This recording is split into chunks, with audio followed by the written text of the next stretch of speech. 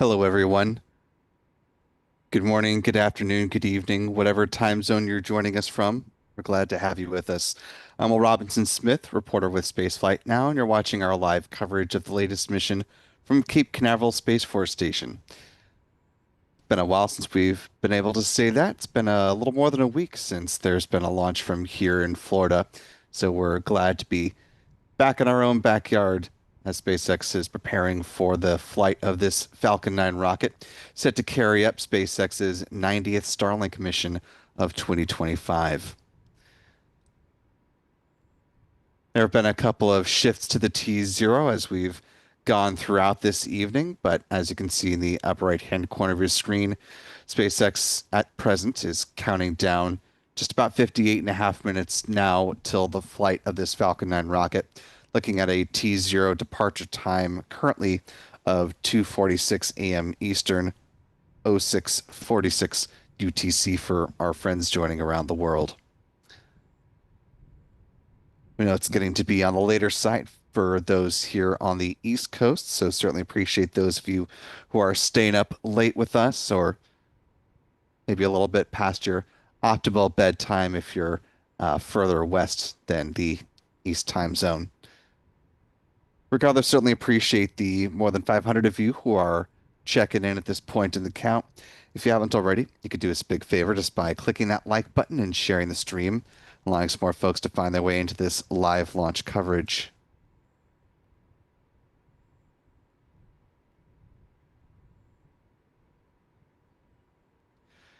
Certainly hope all of you who were down in Australia attending the International Astronautical Congress had a wonderful time there. And if you're down in New Zealand for the New Zealand Aerospace Summit, hope you have a blast there as well. As we're getting things rolling here on our live stream, want to thank our moderators helping us out today. Jeff Hansen, Aussie Space Girl, Astro Joe, appreciate you for helping us out today. If you do see any of the other mods cruise on in throughout the course of the countdown, oh, Rick Donner, of course, also been here with us throughout the course this evening. You can help make the mods' jobs that much easier just by following the rules of the live chat. We ask that you type your message in English so that our mods can respond as appropriate. Also, that you hold off from delving into overt politics or religion. That you do not type your message in all caps. Emojis are perfectly fine. We just ask that you don't create several lines of them so it takes up a large percentage of the live chat space and others can have their voices and opinions heard and read. Last but not least, we ask that you treat each other with the kindness and respect that you yourself would like to be treated with. Given this is a East Coast venture, we do have our launch photography team in the swing of things helping us out tonight. Of course, Adam Bernstein making sure all the cameras are framed up nicely and in focus for will hopefully be liftoff of that Falcon 9 rocket coming up in just about 55 and a half minutes. John Pisani is our man in the chair tonight alongside Spacelight Now editor Stephen Young running the technical operations of the broadcast. Michael has this launch off, but now is as good a time as any to make sure that you're following our photographer team on their handles at X. You can find John at John Pisani Photo, Adam at Aburn NYC, and Michael at MD Kane Jr. Also, be sure to follow Spaceflight Now simply at Spaceflight Now. You can find us on Threads, Blue Sky, and Facebook as well if you yourself are not on X.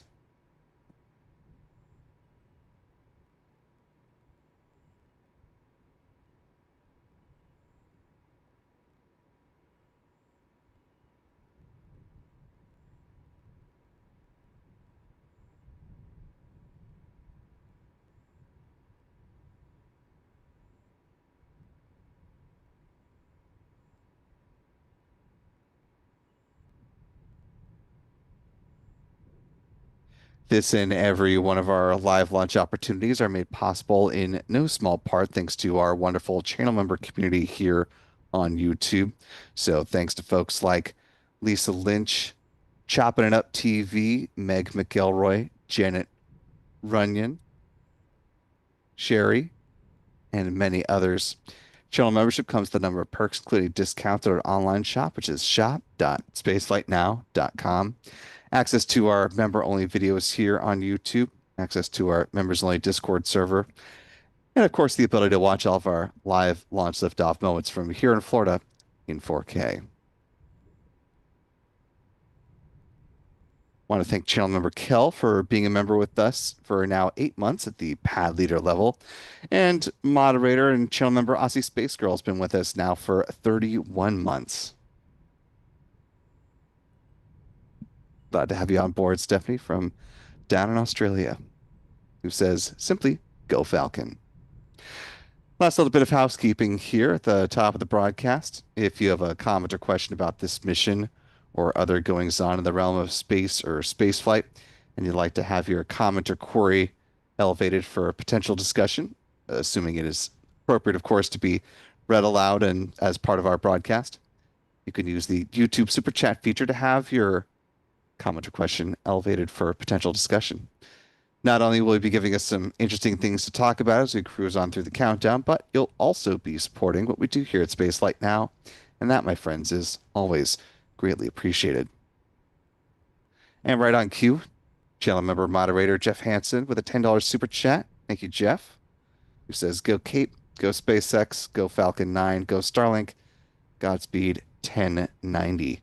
1090 is the tail number for the particular Falcon 9 first stage booster that is supporting today's mission.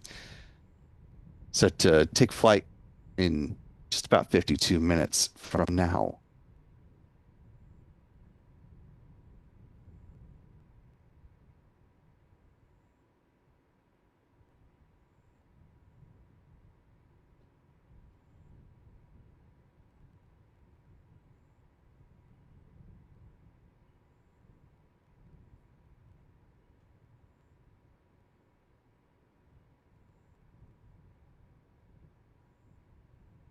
Best part of any bit of small talk, of course, is when you get to chop it up about the weather. Sincerely, though, it is quite important for each and every one of the launches that we cover in some way, shape, or form. It has been, for those of you who are in Central Florida, I don't need to tell you this, but for those further far, it has been quite stormy here in Central Florida and certainly on Florida's Space Coast throughout, well, the course of today is most relevant to this launch, but really for the past several days and really more than a week, potentially one of the reasons why SpaceX has not been launching from the East Coast as of late, up until hopefully 51 minutes from now. While the rain has subsided over these past few hours, you can see by taking a look at the stars and stripes there on the flagpole next to a non-illuminated countdown clock. The flag is blowing quite excitedly there. Still a blustery night here on the Space Coast, even if the rain is not as present as it once was. Heading into this launch opportunity, the 45th Weather Squadron did forecast a 65% chance for favorable weather during this launch window. Put another way, that's a 35% chance for violating weather setup. Meteorologists heading into this launch opportunity, we're tracking the possible interference from liftoff winds and the cumulus cloud rule. Liftoff winds were trending between about 22 to 30 miles per hour as of the forecast published yesterday.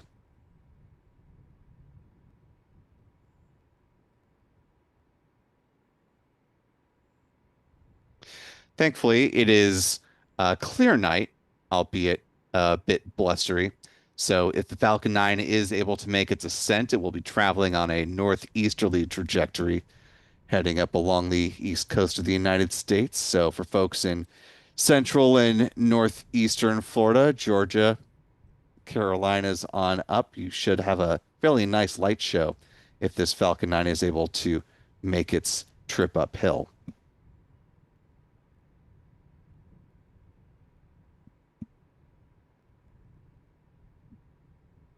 If SpaceX is unable to launch tonight, they do have a backup window available to them tomorrow. I believe still the case. In that 24-hour backup scenario, the launch weather is quite a bit better, looking at a 90% chance for favorable weather conditions tomorrow, with those liftoff winds still being a potential concern, but dropping notably from a range of about 22 to 30 miles per hour for today's window down to about 17 to 23 miles per hour. And the cumulus cloud situation goes from today being scattered to tomorrow being isolated. But as you just saw with the satellite view from the GOES East satellite managed by NOAA, not a lot of cloud activity to speak of at the moment, which is certainly good news on that front.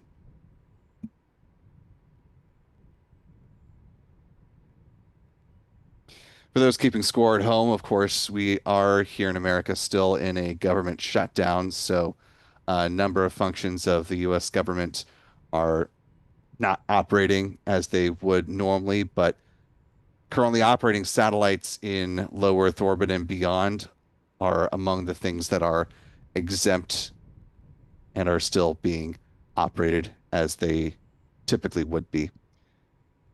So that's why we're still getting things like NOAA uh, weather information. It is part of the carve out to a number of agencies where they have provisions connected to government services for uh, safety as well as preservation of life and property.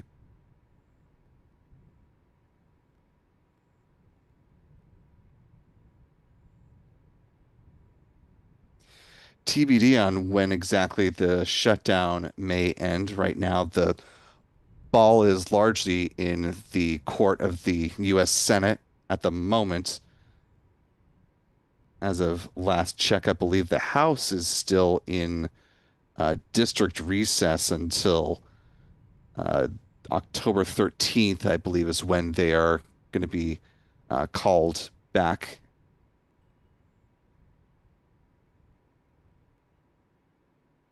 So, with the stopgap measure, the continuing resolution as passed by the House and is being considered by the Senate is not adopted as is. If there are changes that come out of Senate negotiations, those would need to go back to the House. And unless they're called back sooner, that wouldn't happen, those negotiations, until early next week.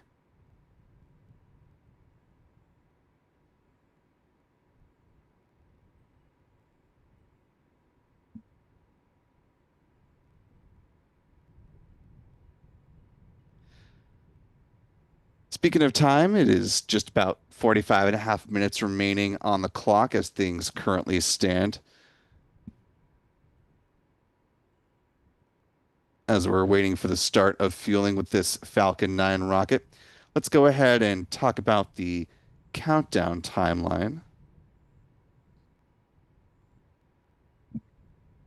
Give you a gander at the milestones that are still ahead for SpaceX as they prepare to fuel their Falcon 9 rocket.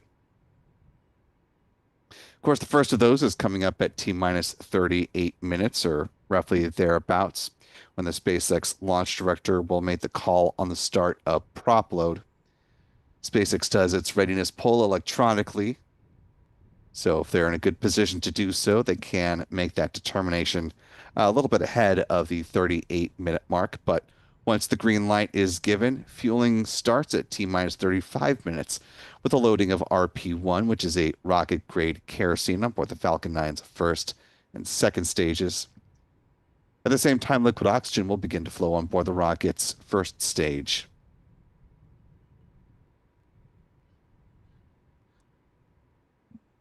Half an hour ahead of liftoff, SpaceX will begin to load a cryogenic helium onto the pressure vessels for the Falcon 9's first stage. Same will be true on the second stage a few minutes afterwards. Helium, of course, is important because it's used to pressurize the main propellant tanks during flight. T minus 23 minutes is when the second stage RP1 tank is full. Then at T minus 20 minutes and 50 seconds is when the strong back chill down process begins. We see this manifest as the so-called big vent, beginning at about T minus 20 minutes and 20 seconds here at pad 40. The roughly 4 minute long vent will wrap up in time for a second stage LOXO to begin at the T minus 16 minute mark. Moving right along at T minus 7 minutes is when the chill down of the 9 Merlin 1D engines begins. This process involves flowing a small amount of liquid oxygen through the plumbing and turbo pumps, helping to protect those engines from the risk of thermal shock and damage during startup. About 6 minutes out, the first stage kerosene tank should be full. Then at T minus 4.5 minutes, we'll see the strong back retract sequence get underway. First, the clamp arms just beneath the payload fairings will open up, and then the transporter erector, otherwise referred to as the strong back, will recline a few degrees away from the Falcon 9 rocket, and it stays in that position until liftoff. Then at that point, it'll pull back in a much more rapid fashion to clear the way for the vertical climb of the Falcon 9. 3 minutes before takeoff, the first stage liquid oxygen tank should be full. Same will be true about a minute afterwards on the upper stage. And at that point, the Falcon 9 rocket will be fully loaded with 1 million pounds of propellant. And the final 60 seconds, as you hear the call that the Falcon 9 is in startup, that means control of the countdown is handed over from the ground sequencer to the Falcon 9's onboard flight computers, and the propellant tanks are brought up to flight pressure. The SpaceX launch director will then give their go for launch call, T minus 45 seconds. The engine ignition command is issued at T minus 3 seconds. And if all 9 Merlin engines are healthy and ignite as expected, the command will be given for the hold down clamps to release the Falcon 9 rocket for a T0 liftoff. Once again, currently targeting 2:46 a.m. Eastern, 06:46 UTC, or in just about 41.5 minutes from now.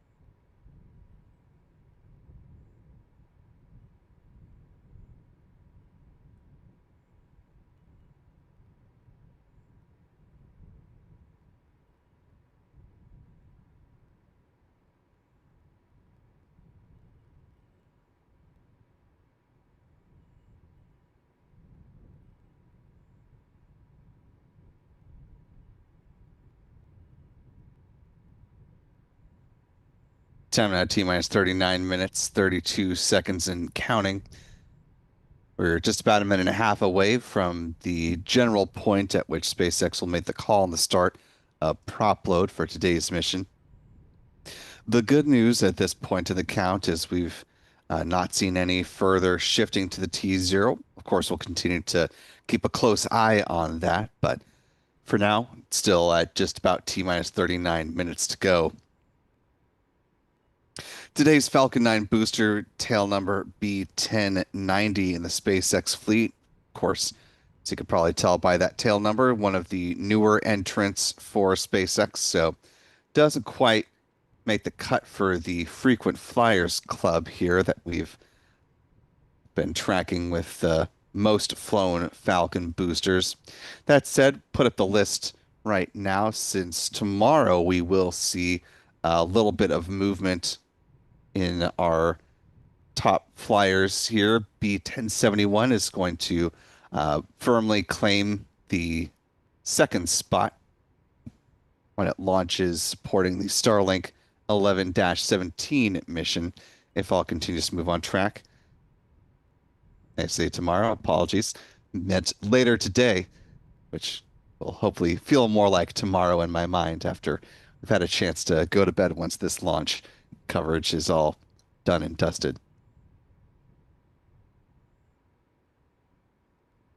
Here's a look at the SpaceX bar chart of launches comparing year to year. Currently sitting at 125 for the company prior to the hopeful liftoff of this Falcon 9 rocket there on the right-hand side of your screen in a little more than 37 and a half minutes from now.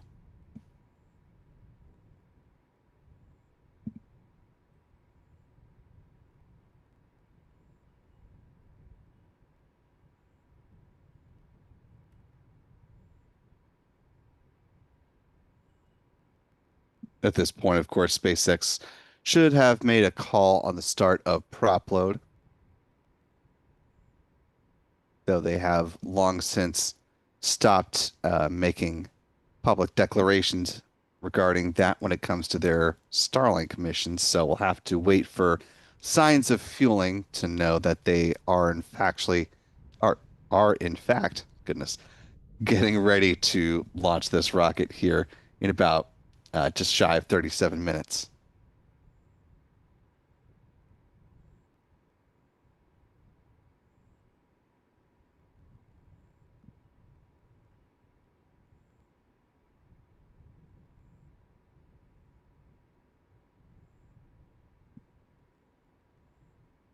Taking a look at our live chat here, want to thank channel member Virginia Pruitt for a $5 super chat. Thank you, Virginia. Appreciate your support tonight.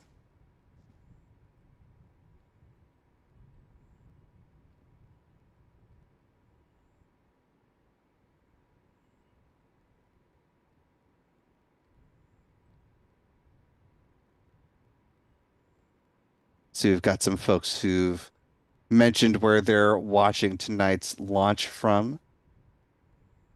Let us know where you're checking in from, whether you're here with us in Florida or a little farther flung.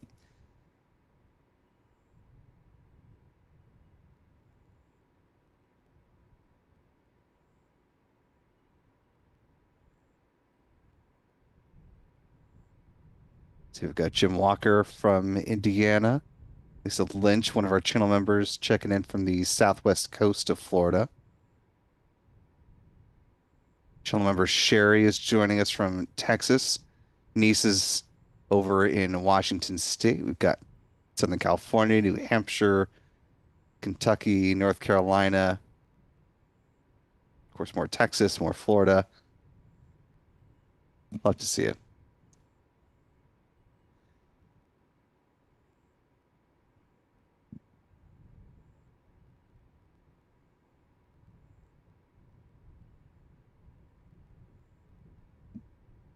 Just under 35 minutes now at this point, assuming no further adjustments to the T0. SpaceX is now currently fueling its Falcon 9 rocket that will hold off on making that formal declaration till we get some visual signs that fueling is in progress. Taking a closer look at the Falcon 9 rocket, you can see you can just kind of make out the lettering of SpaceX. Perhaps a better visual is if you look up from the tree line At the bottom of the rocket, you can see that sort of darker gray gradient shift to a lighter gray once you get to the lettering of SpaceX, and there's almost like a horizontal white stripe across the rocket where some of the soot has been wiped away. That's about the point at where you can start to see a frost line form and some vapor form around the rocket as the super cold, densified liquid oxygen begins flowing on board the booster. Of course, we've got some camera shake with the lens punched in so far. It is, as we mentioned earlier in the broadcast, a very windy night here on the Space Coast. Thankfully, the rain has gone away, but it's left the wind behind. Nevertheless, there's not as much heat distortion as we do see some nights, although the wind shake does make things still just a little bit tricky, but we should be able to make out the signs of fueling once those really get underway here in the next minute and a half or so.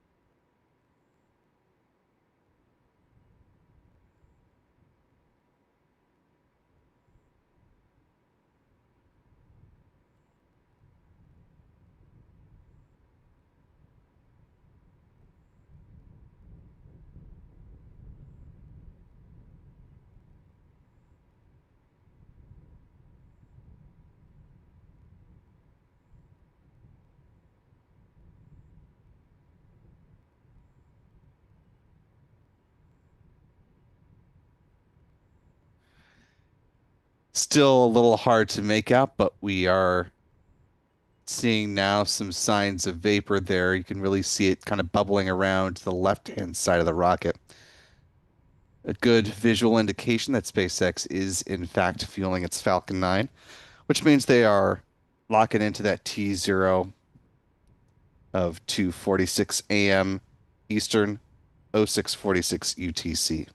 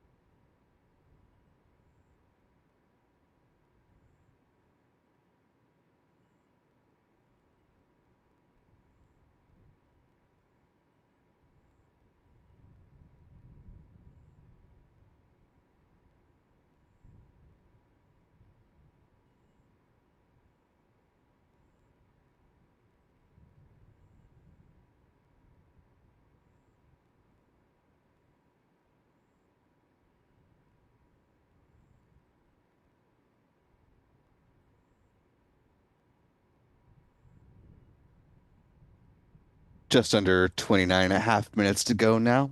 If you're just joining us, SpaceX is in the process of fueling its Falcon 9 rocket there at Pad 40 at Cape Canaveral Space Force Station, getting ready for what will be the 90th Starlink launch of the year and our first Falcon 9 rocket launch in about a week and a half from here at the Cape.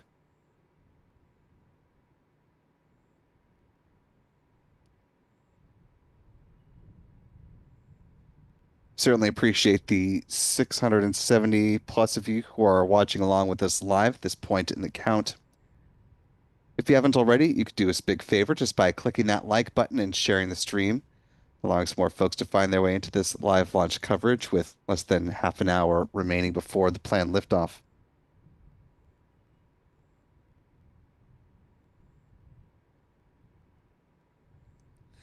Taking a peek at our live chat here, want to thank Lisa Lynch for a very generous super chat.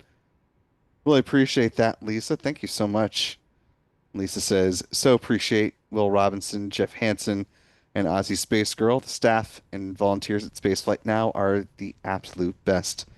Thank you, and let's go for launch.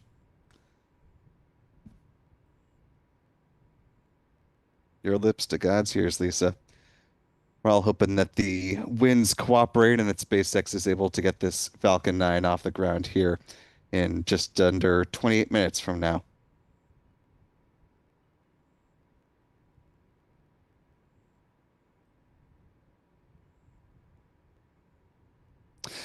Also want to thank, and I hope I'm pronouncing this correctly, Bodan Tibu for a €5 super chat. Thank you, Bodan.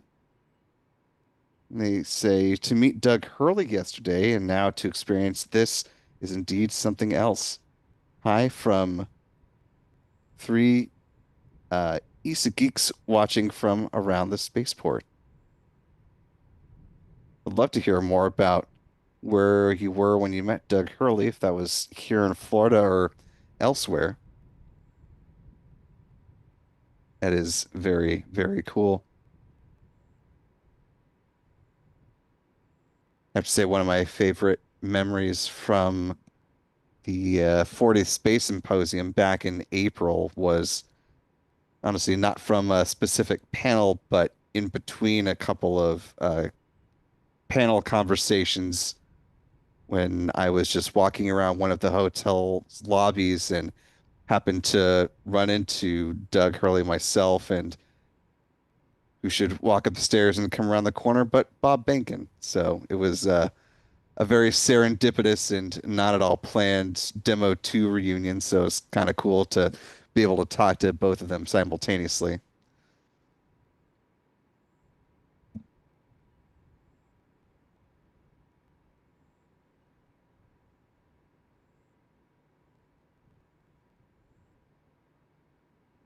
And but Dan says Doug Hurley was a keynote speaker at a conference here in Orlando. That is super cool.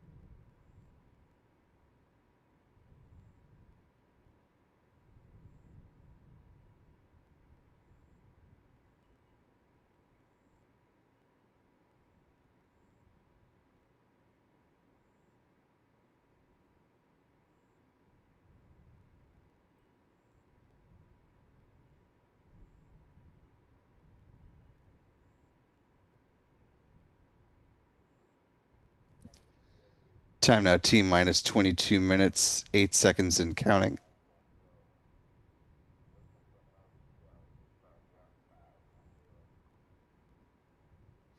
As you may have heard in the background and may still hear periodically, activity and announcements over the megaphone system there at the vehicle assembly building. Among the things that have been exempted for continued work during the going ongoing government shutdown here in the US is work on the Artemis 2, 3, and some elements of the Artemis 4 missions.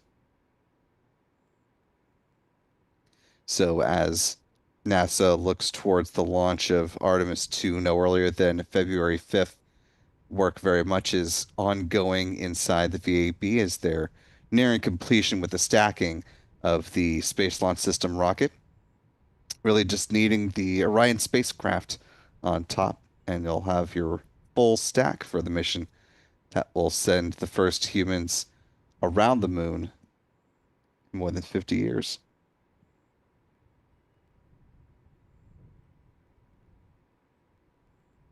Sitting inside High Bay 3 there in the VAB. Kind of hard to see the side that's not illuminated, but if you see the NASA meatball there, that corner, there are two high bay doors. It's not the one immediately around the corner from the NASA meatball, but the one to the right of that.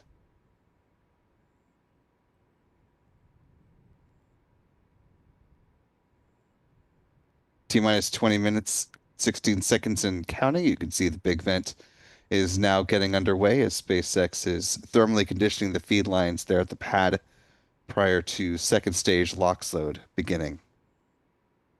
Good visual indication that, as expected, things are continuing on with the countdown towards the liftoff of this Falcon 9 rocket, now less than 20 minutes away.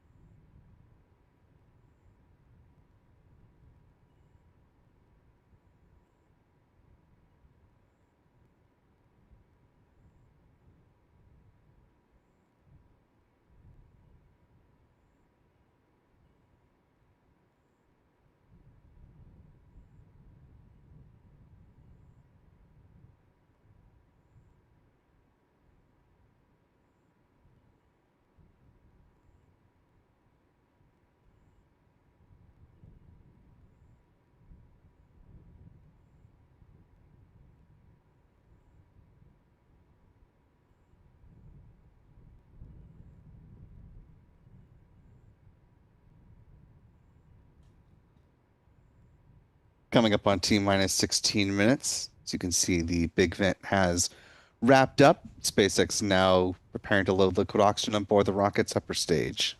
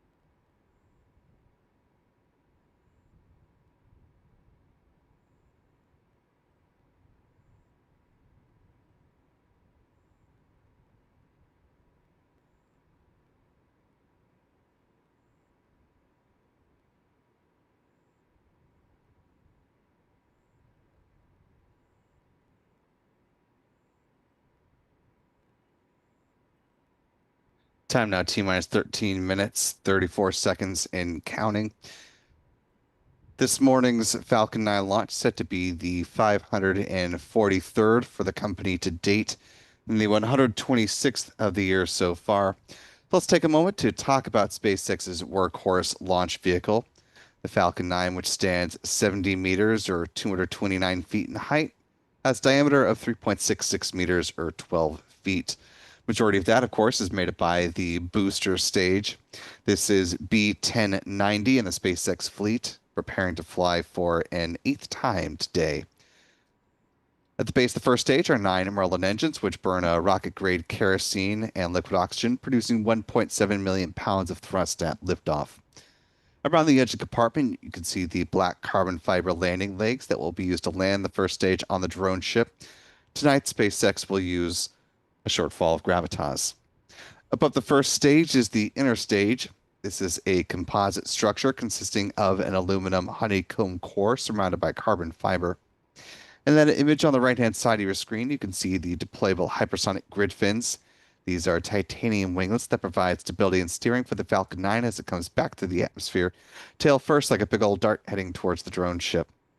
At the top of the inner stage are 3 mechanical latches that attach to the vehicle's second stage, and at first stage main engine cutoff, high pressure helium is used to release those latches, and 4 pneumatic pushers ensure a clean separation.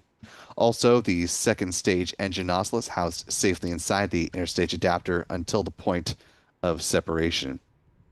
Speaking of that upper stage, the second stage of the Falcon 9 powered by a single modified Merlin engine called a Merlin vacuum engine or an MVAC engine.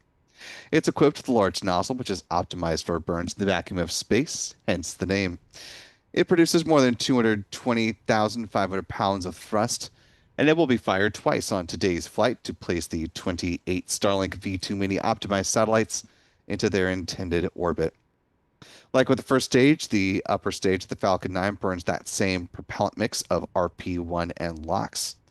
Following the deployment of the Starlink satellites in LEO, There will be one final deorbit burn of this upper stage, driving it back into the atmosphere where it is designed to burn up and help eliminate the risk of creating unnecessary space debris on this mission. Finally, at the top of the Falcon 9 stack, with just 11 minutes to go, are the payload fairings, which are currently encapsulating the 28 Starlink satellites. The fairings are made up of a carbon composite material and stand 13.1 meters or 43 feet in height and are 5.2 meters or 17.1 feet in diameter. The two fairing halves will be recovered a little bit further downrange from where the first stage lands on the drone ship. They gently splash down to the waters of the Atlantic Ocean under the support of steerable parachutes.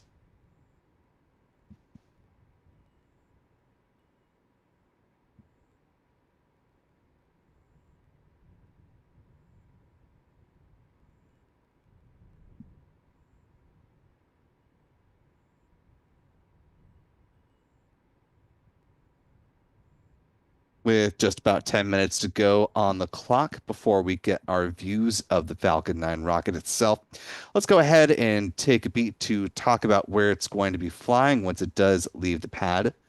Tackling a little trajectory here, shall we? Talking? Yes. Falcon 9 rocket's going to be flying on a northeasterly trajectory upon its departure from Space Launch Complex 40 here at Cape Canaveral Space Force Station.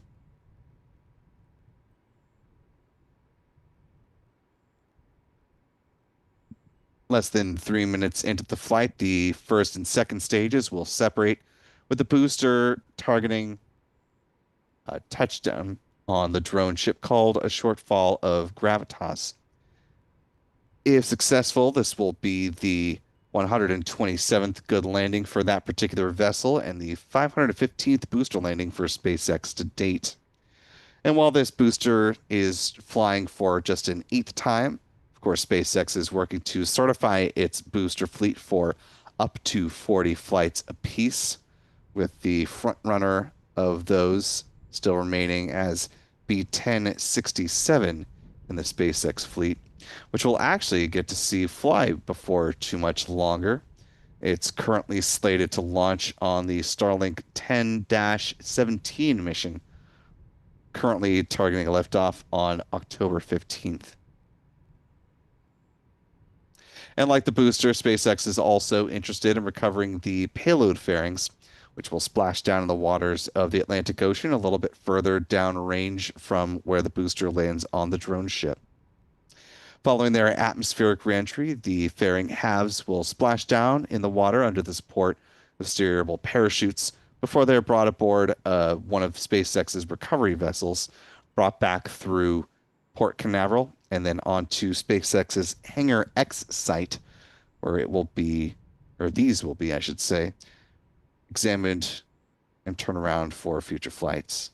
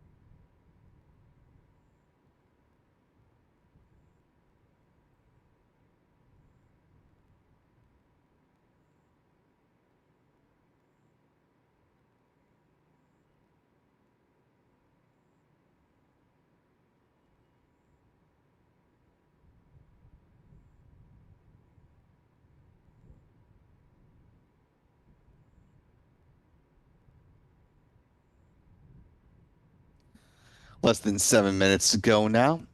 At this point, the engine chill sequence for the Falcon 9's Merlin engines is now underway. Coming up at about 30 seconds, SpaceX will finish loading RP-1 on the booster stage of the Falcon 9.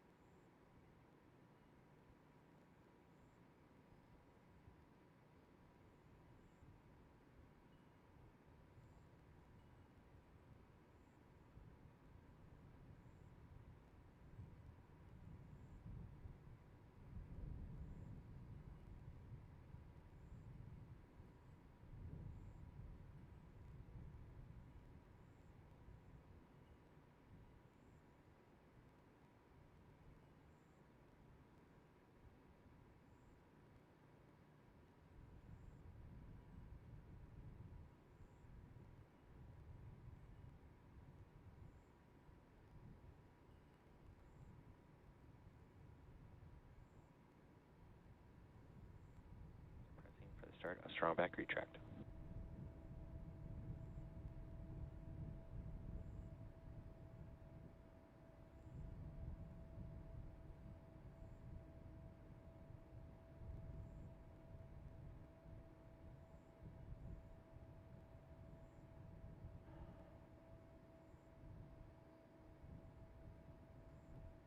As you can see and hear, we're now getting pad level views of the Falcon Strong back 9 retract has started.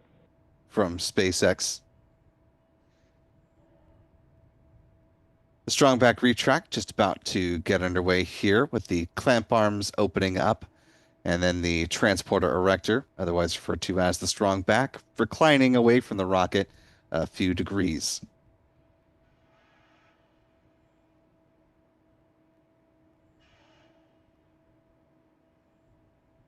There you can see some motion now, and it looks like those are some decently well-traveled payload fairings from SpaceX.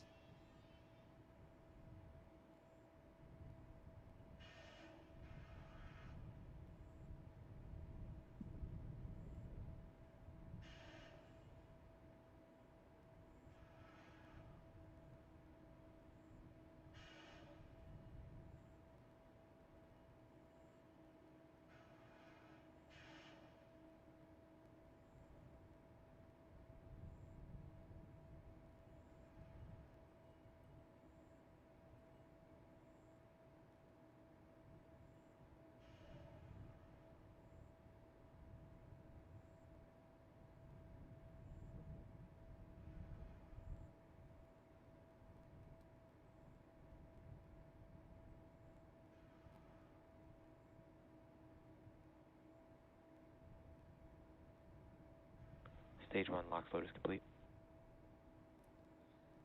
Good call there. We're awaiting a similar call regarding LOX levels on the second stage. That should come about around T minus 2 minutes.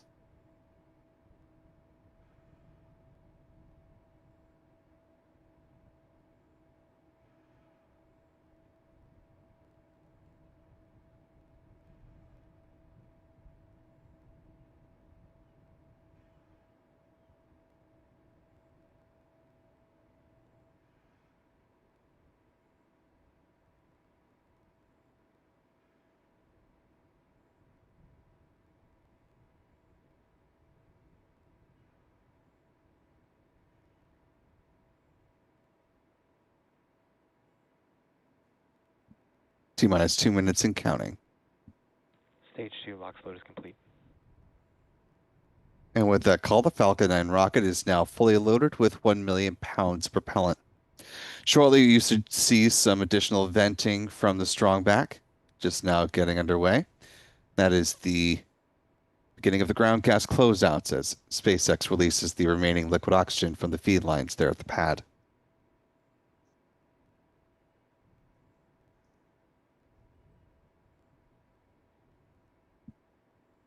Gas launch closes.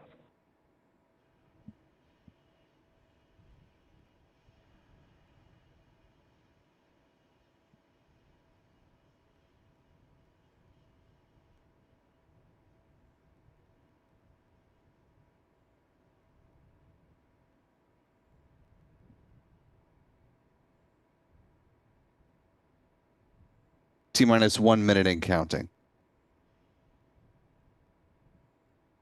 Falcon 9 is in startup.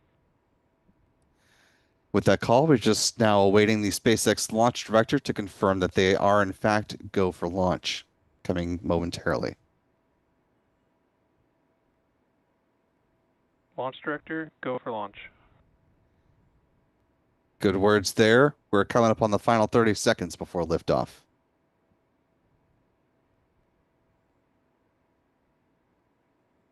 T minus 30 seconds.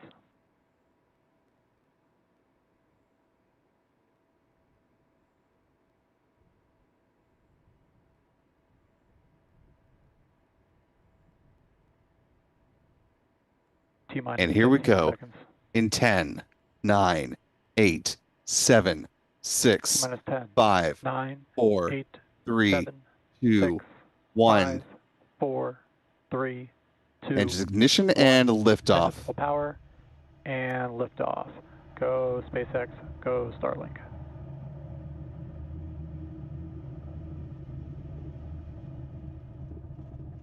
Vehicle is pitching downrange. A1D chamber pressures are nominal.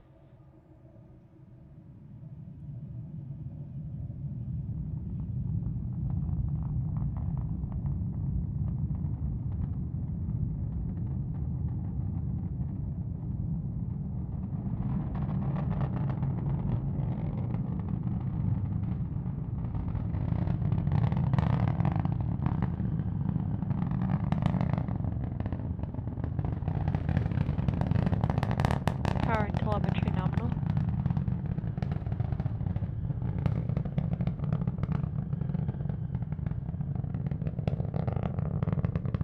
Vehicle is supersonic.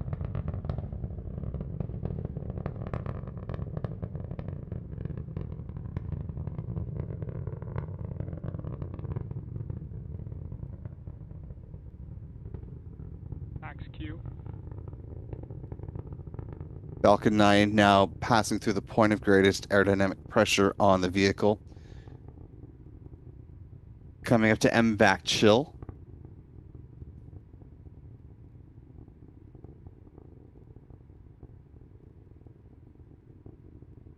MVAC chill has started. Calls regarding the thermal conditioning of the Merlin vacuum engine prior to the start of its first burn. We're coming up to a few events in fairly rapid succession. We'll see first stage main engine cutoff, or MECO, at about T plus 2 minutes and 24 seconds, followed by stage separation and then the ignition of that Merlin vacuum engine. Fairing separation should happen just before the 3-minute mark.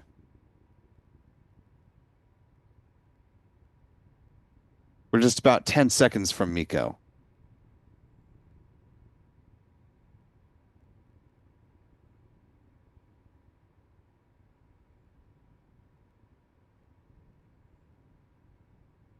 And MECO. Stage separation. MECO. Stage separation confirmed.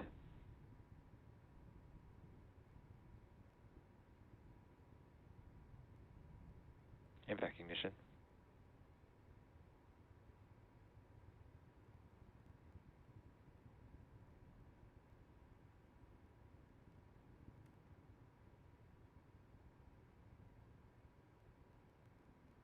Good calls, good visuals. Should see fairing separation momentarily. Fairing separation confirmed. May have also been able to make that out in the big box as well. Both vehicles are following nominal trajectory. A little view of the Starlink satellites as the fairing halves fell away.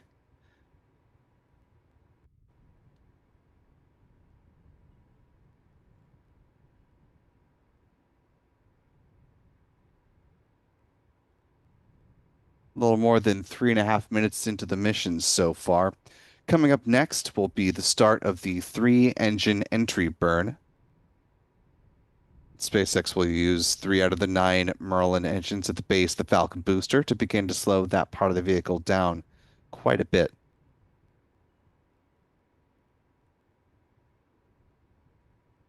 You could see the trajectories of the first and second stages there in the box in the upper right-hand corner of your screen.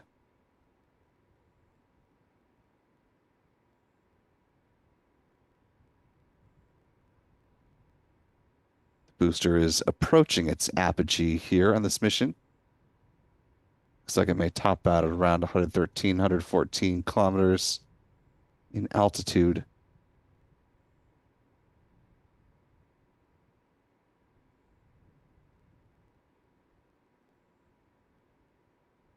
Looks like 113 today.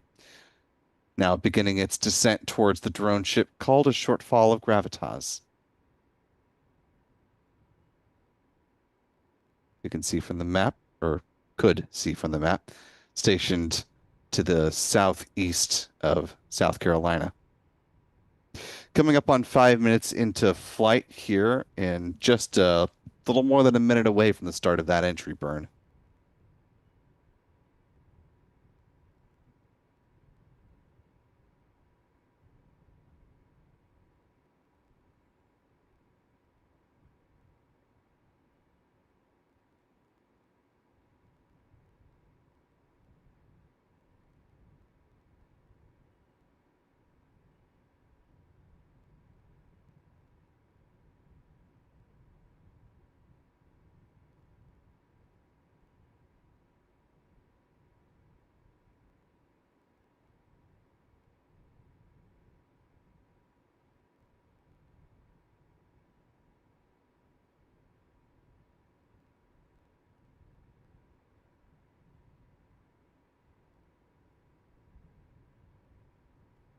Coming up on the start of the entry burn in right about 10 seconds from now.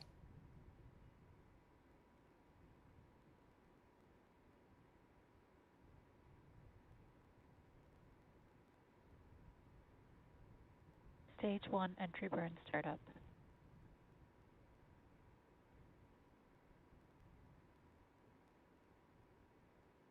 Stage 1 FTS has safed.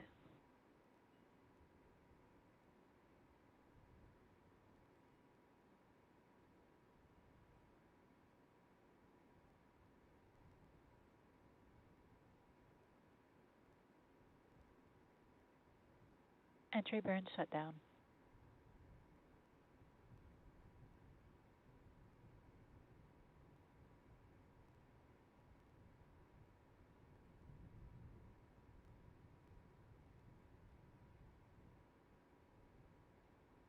Both vehicles are following nominal trajectories.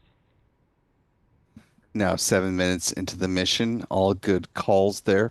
SpaceX targeting the start of the landing burn, which is set to begin in less than a minute.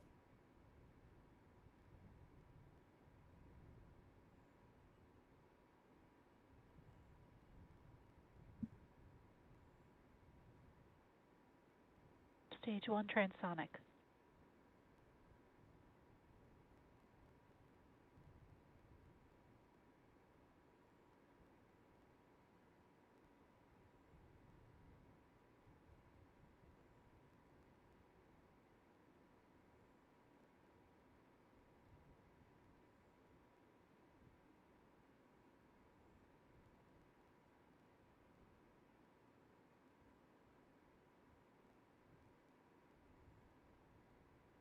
Stage 1 landing burn. Stage 2 has entered terminal guidance.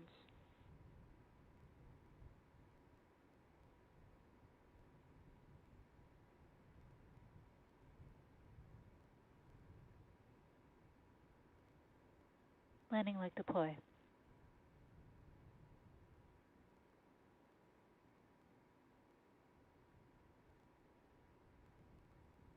Stage 1 landing confirmed.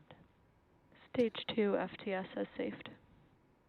And a good touchdown for B-1090, completing its 8th flight.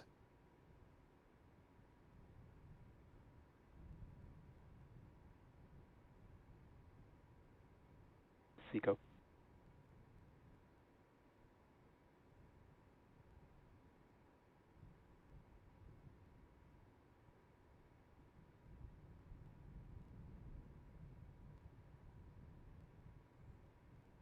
Nominal orbit insertion.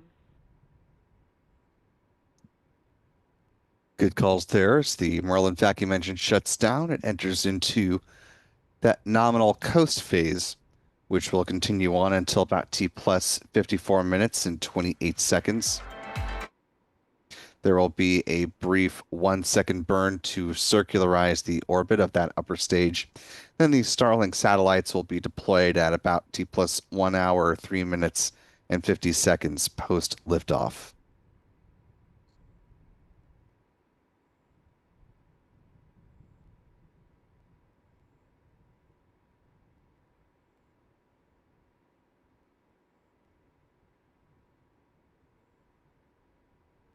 And with a good liftoff and landing of the first stage booster, let's turn now to our mission stats as they currently stand.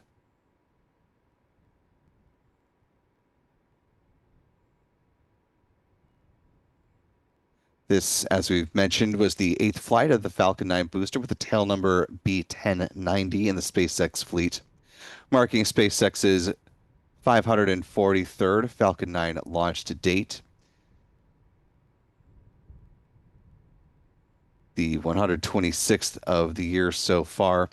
This was the company's 478th Falcon booster reflight, or the launch of a booster that has flown at least once. This was SpaceX's 166th orbital launch within the last 365 days, the 282nd orbital launch from Pad 40 to date, and the 337th overall orbital launch from this pad as well.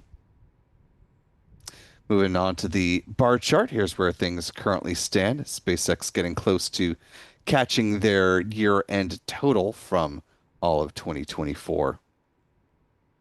Moving on to some recovery stats. This was the 127th good landing on the drone ship called a shortfall of gravitas. That marked the 419th SpaceX drone ship landing and the 515th overall booster landing to date. Finally, with some industry stats, this was the 84th orbital launch from the Sunshine State of Florida, the 133rd from U.S. soil, the 145th from a U.S. rocket company, and the 228th overall orbital launch from around the world. There have been 5 orbital failures so far this year. Here's where the pie chart now currently stands. And of course, later on today, we have another SpaceX Falcon 9 launch on the docket, this time looking for a flight from California. Starlink 11-17 set to lift off with a window that opens up at 6 p.m. Pacific, 9 p.m. Eastern, 0100 UTC for those around the world. So we certainly hope you come on back and join us later on this evening for a California flight of a Falcon 9.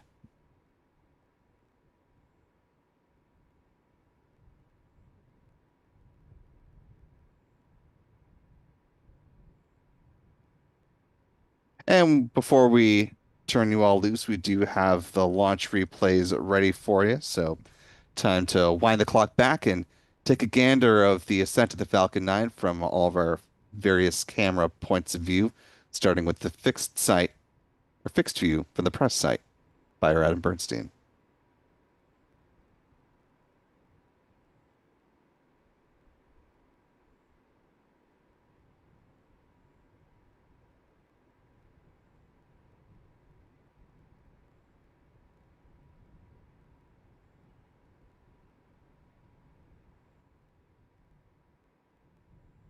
Now on to the wide view.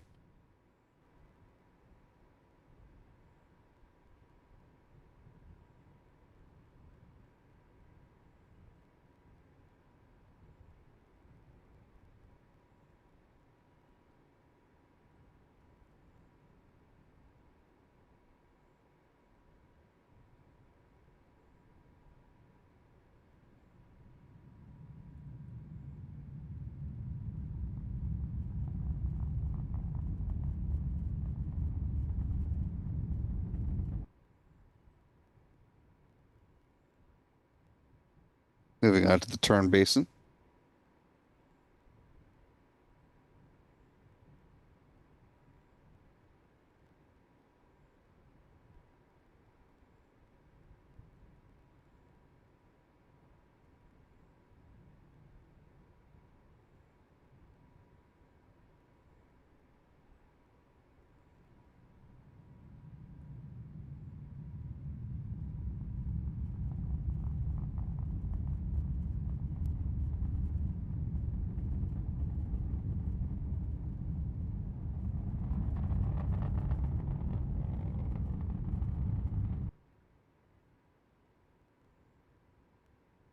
Moving on to Pete Carson's tracker.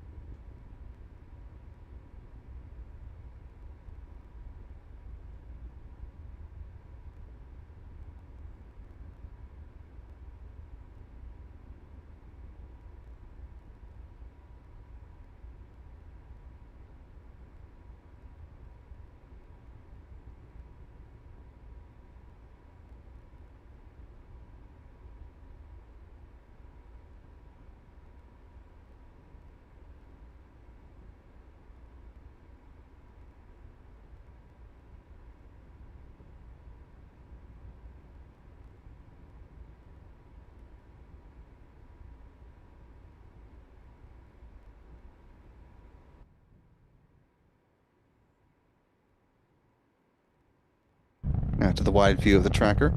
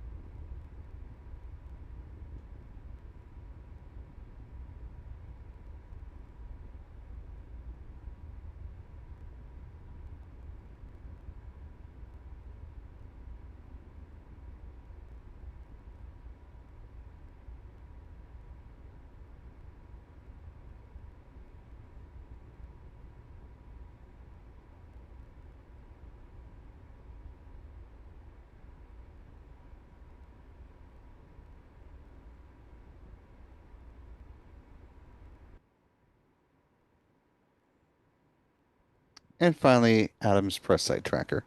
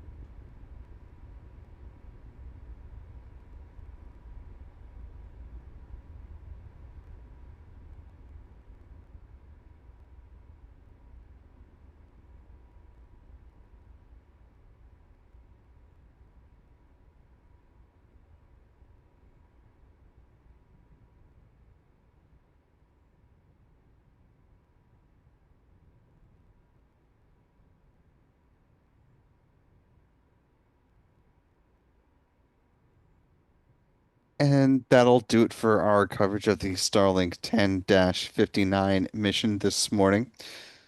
I want to thank our photography team of Adam, John, and Michael. Of course, big thanks to our Spaceflight Now editor, Stephen Young, for running the technical operations of the broadcast alongside John. Thanks to our moderators in the live chat, to Rick Donner, Jeff Hansen, Astro Joe, and Aussie Space Girl for helping us out this evening. Most of all, big thanks to you for wherever you've been watching from. We certainly appreciate your time and attention, and we hope that you'll join us back later on today for the launch of Starlink 11-17 from California. For all of us here at Spaceflight Now, I'm Will Robinson Smith. Remember, be good to yourselves, be good to others, and we will see you next time, folks. And until then, Bye-bye.